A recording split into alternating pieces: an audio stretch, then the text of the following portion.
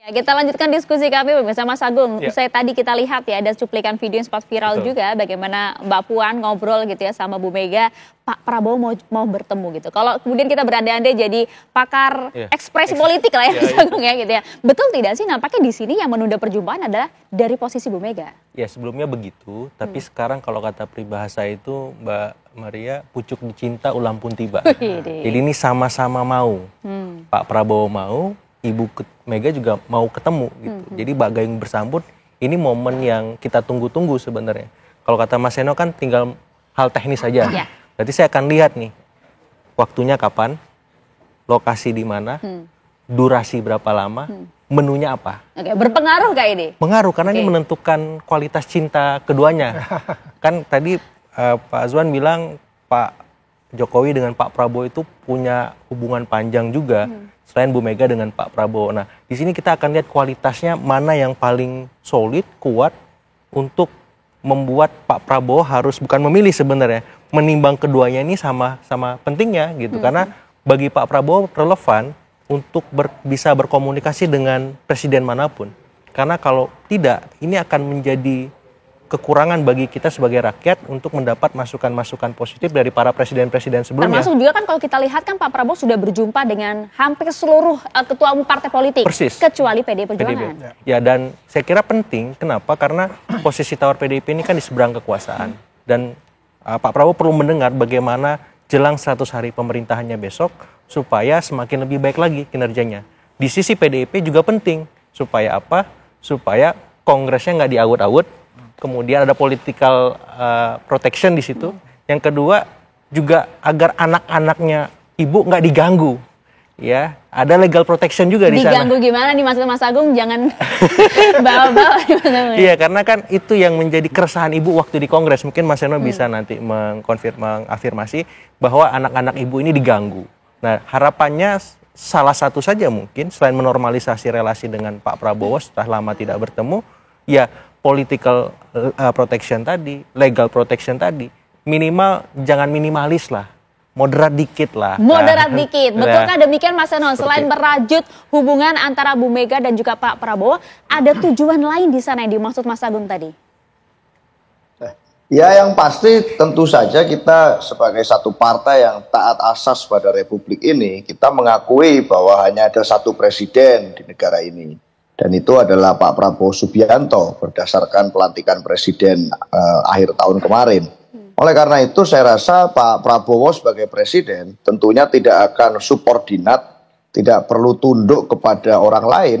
Karena sebagai kepala negara dan kepala pemerintahan maka bisa mengambil keputusan-keputusan politik, membangun relasi politik seperti yang diinginkan oleh beliau secara mandiri, secara independen. Dan oleh karena itu tentunya pertemuan demi pertemuan itu kan juga tidak baik kalau hanya semata-mata seremonial saja, hanya kemudian tampilan panggung saja. Tetapi harus ada esensi di situ, ada makna di situ, lalu ada tindak lanjut dari pertemuan-pertemuan itu. Nah, bagi kami di PDI Perjuangan tentunya akan semakin relevan pertemuan ini terjadi di momen-momen saat ini, karena baru saja di HUT kemarin kami semua di PDI Perjuangan, Ibu Mega menyampaikan ucapan terima kasih mewakili partai dan keluarga Bung Karno atas tindak lanjut dari keputusan pimpinan MPR periode lalu yang meluruskan sejarah Bung Karno.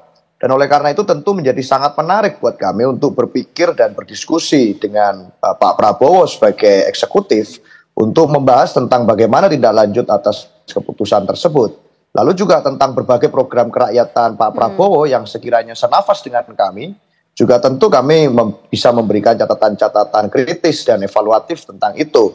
Selain itu tentu saja sebagai sesama ketua umum partai, yang satu pemenang Pilpres, yang satu pemenang Pileg, menjadi sangat penting buat kami sebagai partai politik untuk memastikan bahwa pemerintahan Pak Prabowo ini bisa benar-benar sesuai dengan cita-cita dan keinginannya.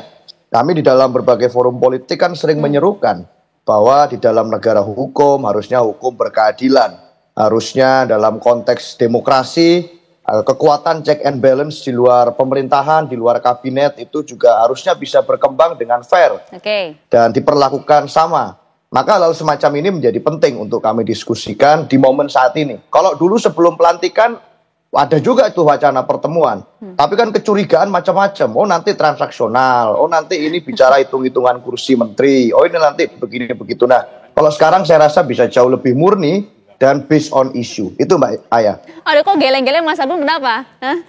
Di politik nggak ada yang murni soalnya. Mesti ada kepentingan. Tinggal bobotnya, ya dosisnya itu seberapa besar dan seberapa kuat gitu. Karena di sebelum pelantikan Pak Prabowo, setelah pelantikan Pak Prabowo, atau sebelum kongres, atau sesudah, mesti ada sesuatu yang dibarter, ada kompensasi yang diterima. Dan saya kira ya ini politik sah-sah saja. Kalau asal tidak apa sih, ada kan aturannya. posisi menteri sudah terisi semua. Iya. Kalau saya titik tekannya dalam politik itu yang ditukar ataupun yang dikompensasikan bisa soal tadi ya, ada legal protection, ada resource lain, ekonomi, kue, dan seterusnya, dan itu dalam politik kita yang belum matang ini hal yang lumrah. Tinggal bagaimana pengawasan dari para pihak aparat supaya hal-hal semacam ini bisa tetap sesuai dengan aturan main. Itu saja sih. Jadi maksud saya kita nggak perlu alergi, nggak perlu bilang nggak ada, semuanya normatif, simbolik gitu. Nggak usah saya bilang. Biar publik juga semakin cerdas, jernih, objektif melihat segala sesuatunya seperti itu. Gitu Mas Eno? Ya kurang lebihnya pasti akan ada yang dibahas secara substansi. Makanya saya bilang tadi kan, kalau itu hanya seremoni dan simbolik saja, ya buat apa gitu kan pertemuan. Tapi pertemuan itu menjadi punya makna kalau kemudian ada tindak lanjut dari pertemuan itu. Dan itulah kesempatan yang terbaik buat kami untuk bisa berdiskusi dengan Pak Prabowo dan eksekutif terkait sikap-sikap politik kami, terkait dengan seruan-seruan politik kami yang selama ini selalu kami sampaikan. Salah satunya tentu tentang hukum yang berkeadilan dan tentang pentingnya menjaga demokrasi dengan membiarkan check and balance berjalan sesuai dengan koridor demokrasi. Itu Mbak Aya. Termasuk legal protection tadi, kalau kata Mas Agung. Oh ya kalau hukum kami kan taat hukum. Artinya tentu saja tidak bisa kan. Katanya politik dan hukum itu tidak bisa dicampur-campur. Ya kalau masalah itu saya rasa kami mendukung bagaimana pemerintahan Presiden Prabowo bisa menjalankan fungsinya dengan baik, asal berkeadilan dan fair. Itu untuk semuanya juga harus berlaku yang sama, yang setara, jangan tebang pilih, jangan pilih kasih, itu saja. Oke, jadi pertemuan yang beresensi. Memang kalau pertemuannya Pak Prabowo sama Pak Jokowi nggak ada esensinya, Mas? Ya, kalau pertemuan Pak Jokowi dan Pak Prabowo pasti ada esensi juga di sana. Pencitraan aja, enggak? Enggak lah, kita ini dua negarawan, ya, dua negarawan, bukan baru ketemu sekarang. Beliau 2012, Pak Jokowi itu jadi gubernur, itu juga karena Pak Prabowo ada di sana. Gabungan Partai Gerindra dan Partai PDIP. Kalau nggak ada Pak Prabowo, nggak mungkin beliau jadi presiden. Tetap itu ada hubungan yang sangat erat di antara mereka berdua. Dua negarawan, mereka tidak hanya membicarakan bahwasanya ini pencitraan, tidak. Mereka membicarakan belajar gitu loh. Pak Prabowo juga pasti kan ingin mendapatkan nasihat kah, advice kah dan sebagainya tentang keberhasilan Pak Jokowi sebagai presiden. Ini juga menarik gitu loh. Ya. Pak Prabowo berkunjung ke Solo, kemudian Pak Jokowi berkunjung ke Kertanegara, dan itu sering dilakukan gitu loh. Jadi itu hal-hal yang biasa-biasa saja. Bukan di depan layar saja itu ya? Oh, bukan depan layar saja gitu loh. Ini kan artinya sudah rahasia umum lah. Kita semua pada tahu bahwasannya ini mereka adalah dua sahabat yang bagus, yang baik, yang jadi contoh lah buat kita. Ketika mereka rival 2014 ya kan, 2019 ya kan. Coba lihat Pak Prabowo seorang kesatria, ya kan. Dia langsung ngatakan selamat Pak Jokowi kan. Bukan hanya itu, beliau ini punya attitude yang luar biasa Pak Prabowo. Dia kunjungi semua rival-rivalnya. Mau capres kah, mau cawapres kah. Ya. Ini yang patut dicontoh sama pemimpin-pemimpin kita ke depan gitu loh. Jangan lupakan sejarah itu gitu loh. Ya. Kita bangun Indonesia bersama-sama. 4 presiden ini kalau bertemu, berkumpul bersama-sama, selesai negara ini. 4 nih siapa aja?